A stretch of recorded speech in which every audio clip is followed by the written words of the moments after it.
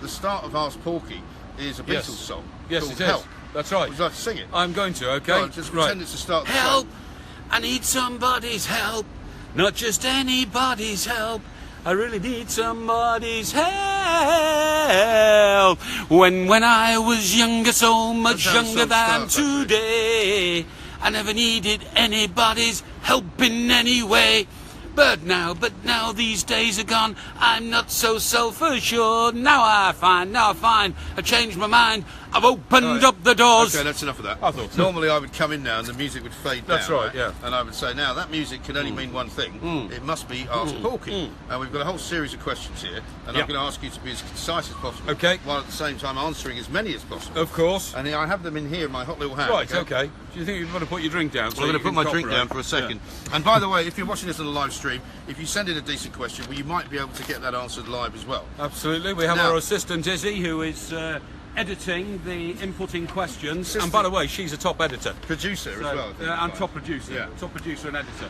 Here's one from Paul. We're going to start with a football question. Okay. Paul Gray says, does Porky think that Leeds United will get promoted this season, and does he want them to? Well, I think Leeds United are a great club, I really do. They've got the biggest standing cantilever stand in the world, 12,000 seats in it. Of course, they got smashed this week by our old pal, who runs Cardiff now. Yes. You know what I'm talking about?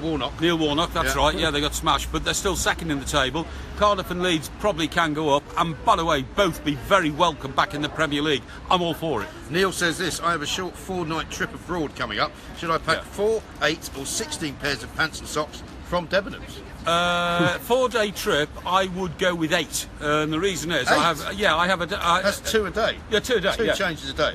You have a morning set of pants and socks. Not that people really want me to be talking about my pants, obviously. Have you got 8 pairs of pants? I've got like 40 at least. No, I've got at least 40. Funny enough, my clean lady, has asked me to start throwing some clothes out because they're so voluminous now. In fact, I've just thrown out about half a dozen shirts. Clothes. Yeah, half a dozen shirts. But no, I normally take a morning pair, and then in the evening when I have a shower, 6 o'clock, I change again. So on a 4-day trip, pal, all you need. What are you laughing at? Oh, cameraman's having a laugh here. Yeah, because you've got to You've got to take me seriously. Okay, 8. Right, yeah. go on. Kate Smith says this. Why do ducks fly in an arrow-shaped formation? Kate, the reason they do that is because they understood about slipstream a long time before Formula 1 racing cars did, okay?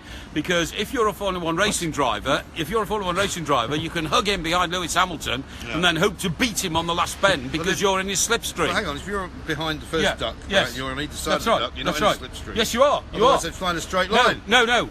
The way the wind hits the duck's head, it spreads it out in a bow of about 6 feet either side. A bow. Which gives you slipstream to fly. And do you know what happens when you see ducks flying? The duck that's leading, a bit like those cyclists in the velodrome who go up and down like that, the duck that's leading slips out after about 300 miles or something, and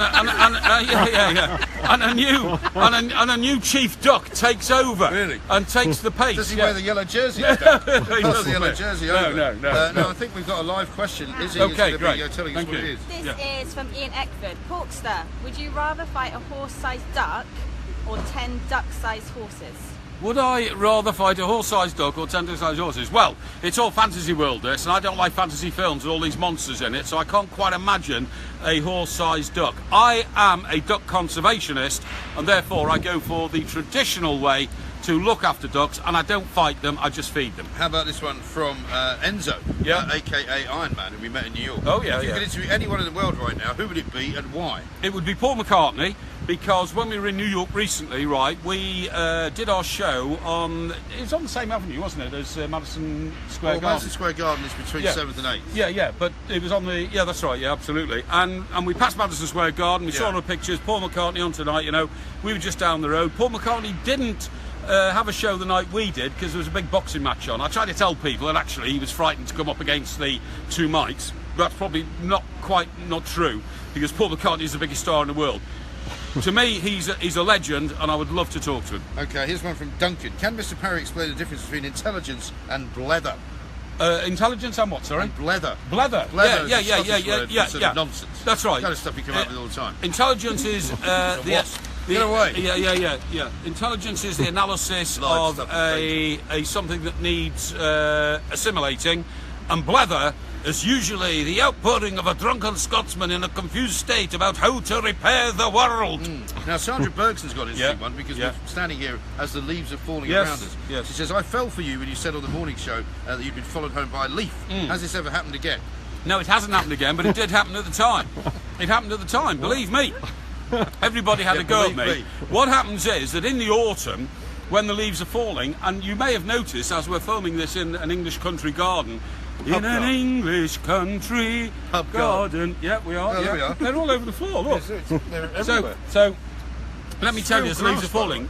No, it's AstroTurf. So what happens is, and this is the way it was explained to me by a scientist, as I was shuffling home one evening, and I was bladderated, there was a leaf following me. And what had happened was, I'd passed a bush and picked up a spider's web, which was connected to a leaf, and the leaf... You should have been dropping acid. No, the spider's web was so strong, the spider's web attached to the bottom of my trousers, and the leaf was attached to the spider's web, and I dragged the leaf all the way home. And of course, in my bladderated state, I kept looking around thinking, why is this leaf following me? But it was following me. Right. Yeah. Connor says this, Connor McGreevy. What do you like to see our producers laughing here again? But she can't even read the stream now. Well, you know, I mean, she's got to concentrate. Connor McGreevy's asking a question. Who's your favourite cowboy? My favourite cowboy? Yeah. John Wayne has to be my favourite cowboy. You know, get up on your horse and drink your milk. Was that no, a I think John Wayne get off your horse. That's right, yeah. Then you have to go on the horse. Get off of your horse and drink your milk, okay?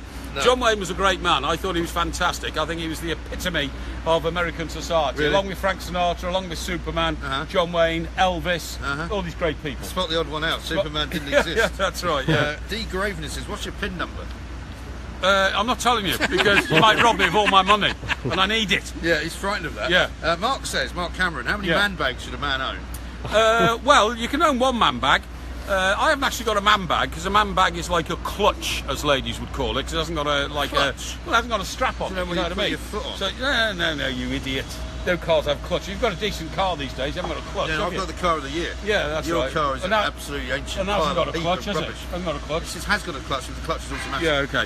So what I'm saying is, I don't believe in men bags like clutch type. I believe in wearing one across my chest to balance each hip and my shoulders and my spine. Really? And I keep my journals, documents, expensive pens and that sort of thing in it. I don't know why people are laughing when I'm trying to explain things. Right, yeah. Richard Stevenson says, if Porky was appointed special envoy to Pyongyang, Pyongyang, how would he go about diffusing tensions surrounding their nuclear program? Well, what I'd do is, and I mean this quite seriously, I'd ship in a load of Marks and Spencer sandwiches.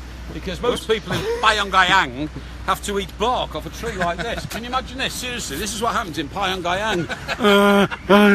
Right?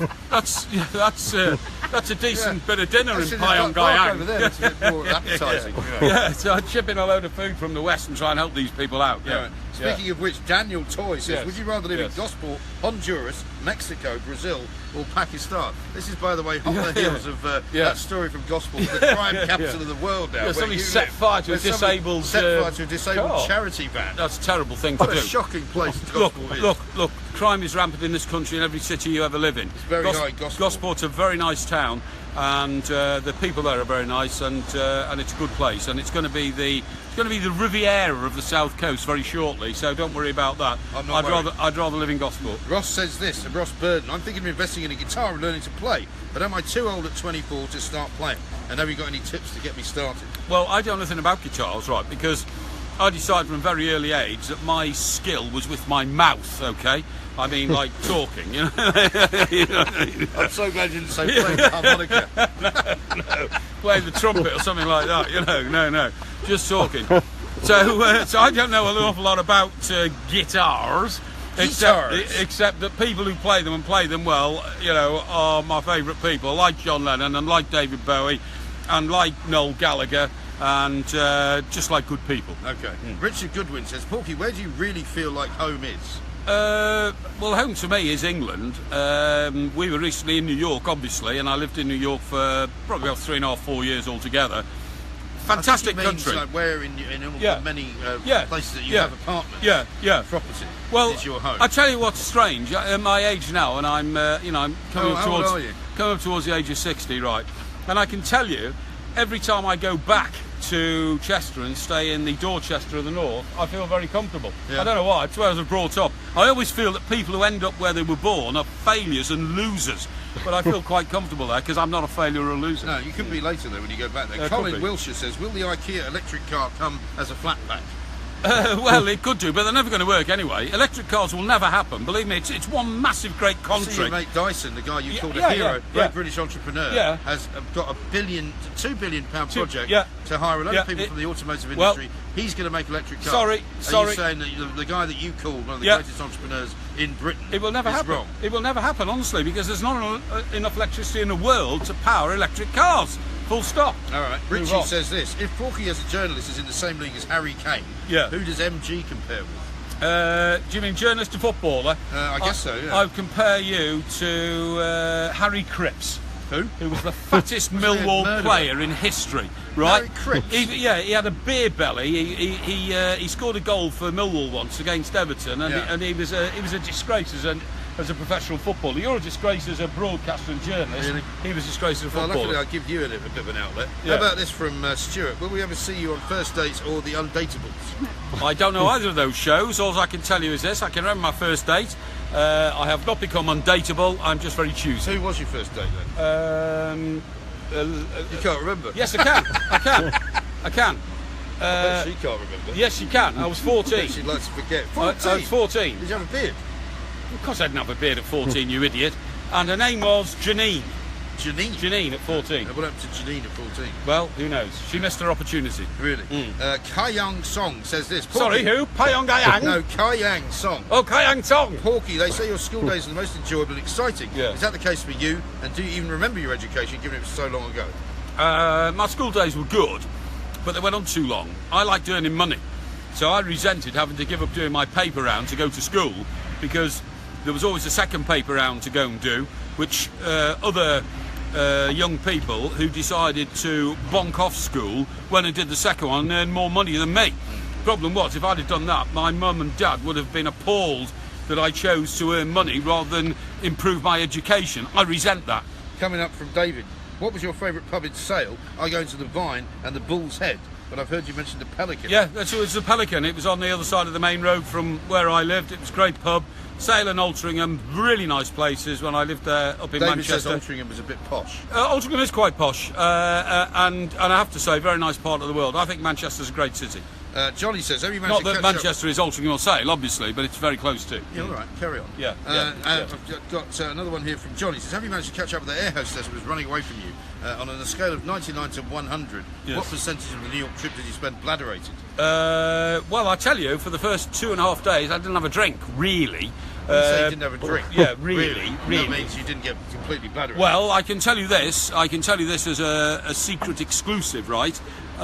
Before we got to Heathrow Airport on departure day, or it might have been at Heathrow Airport, this one's on the gin, weren't you? No. What were you on? Vodka. Vodka. He was on the vodka, that's right. What was I on? Nothing. You didn't drink till we got on the plane. Thank you. And then So what that did I was- drink? Then you drank red wine. No, beers. Don't you drank, remember? No, you drank red wine. Cans of beers. No, you drank red No, wine. no, You cans drank of beers to red keep wine. myself You in had a good glass of shape. Port. Yeah, You also yeah. had some beer. Yeah, And yeah. by the end of the journey, Yeah. you looked pretty bladderated. No, have I to did say. not look pretty bladderated, and my behaviour and performance was Everybody's outstanding, seen- as was everybody- the performance and behaviour of the British Airways staff, Yes. who were exemplary. Yeah, everybody's seen the video of us arriving back at Heathrow. Oh, they've seen And your if they haven't- behaviour. If they haven't seen that, you can see it on Facebook. Just look a bit further I wouldn't down. bother, because I'm well behaved, he's not. Mark Yeah, go on. says, what's the funniest story you can share involving either yourself and MG or Big Al Brazil? Well, I tell you what, the funniest story we can share now, and it only came out in New York, was about coins into a meter next to a bed. Tell the story, please. Oh, well, I'm not going to tell the story because All right. it's already been told on the On The Record podcast. Yeah, but okay. basically it was a vibrating bed. Which you This put guy in, goes into a motel yeah, in I New stayed in a York. motel. They had a coin-operated vibrating bed. Yeah. And you put 3 quarters in it, And the bed it starts shook for 10 vibrating. minutes. I I don't mean- know why you would want to shake in bed. He thought it was the electricity meter. What an idiot. No, I thought it Please, was something to do next with question. pay TV. Pay TV, yeah, and he gets a vibrating final, bed. Final couple of questions coming Sort of in a now. weirdo is this boy. Linda says, would you consider a TV series? I A don't know whether TV she means to watch one or be in one. I'm not sure what she's saying. The main TV series I'm watching at the moment is Dr. Foster? Dr. Foster. Dr. Foster, that's Your right, yeah. favourite actress. Yeah, brilliant. Suran Jones. Who keeps taking Fantastic. clothes off. That's why you like it, isn't it? No. Yeah, she's always in her underwear. I do not like nakedness. I will not. I don't imagine you do, looking in the mirror. That's a bit harsh, isn't it? Yeah. I think nakedness is a strain Nakedness. Nakedness. Is that like Loch Ness? Is a strain on the moral fibre of our society. So I'm not into that really. You know, well, it depends who it is, I suppose. Yeah. But no. Dr. Foster's got one episode to go, and it'll all be revealed in Porky Vision. Okay, here's a good one from Richard Law. Right. What are the best and most disappointing 2 Mics live shows so far, and why? Well, the best was We've never really had undoubtedly. any bad shows. We've never had a bad show. The best was in New York. Before that, we did one in Liverpool. Liverpool's at the O2, great, yeah. which is very good. I suppose we haven't done a worse show at all. But I can tell you, when we went to the Edinburgh Festival, we tried to sort of reconstruct our delivery pattern. And we got it wrong on the first night, but we got it massively right on nights 2 and 3. I would say so. Yes. And also, don't forget to mention the fact that the next live show, which is the only live show in Britain this year, is at Shepherd's Bush Empire on Sunday, the 17th of December. Sunday, 7th of December. 3/4 of the tickets already gone. It's the biggest venue we've done. It's going to be over 1,100 people.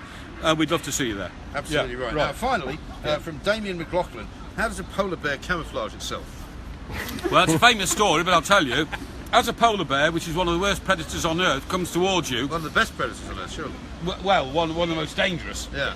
It scoops up snow. Predators tend to be dangerous. And the only part of a polar bear which is not white is its black nose. Yeah. And it puts the snow on its nose like that to cover up the blackness. And as it runs towards you, you can't see the black nose, which is the only thing that alerts you to the fact that a polar bear's coming up. Right. Don't... Can you hear it running towards you? Well, you can feel the vibrations. They're so heavy. They weigh over 60 stone, polar bears. Right. But let me tell you this. Really as much as you. Don't ever find yourself in a position of a polar bear. A polar bear regards human arms like we regard spare ribs in a Chinese restaurant. They'll just rip it off and munch it. So if you want to go harmless, you know, then don't prepare yourself to be in the same place. I was in a polar bear town once in Manitoba. And the polar bears were trashing the town, but I was brave enough to go out on the streets. And the polar bears were not trashing the town. They were. In Manitoba. What was the name of the town? I can't remember now. It doesn't exist now. It was trashed by the polar bears. Guns N' Roses came in the week before, and they survived that. And then the Guns N' Roses people handed over to the polar bears. Right, now is that it? That's it. Right, that was our Porky. First inaugural live stream, okay? I want to thank you all. No, never mind thanking everybody. Tell them when we're back on talkSPORT. Right. You remember? Friday night. Friday night at 10 o'clock. Yeah. Saturday... 10 o'clock a.m. 10 a.m. Yeah. So, big weekend of football. Yeah, and then Sunday... in the afternoon. 3 to 5 this week, okay. So, I want to thank you all for sending in the questions. I want to thank you all for watching and viewing. And I want to tell you this. This is only the start of something big.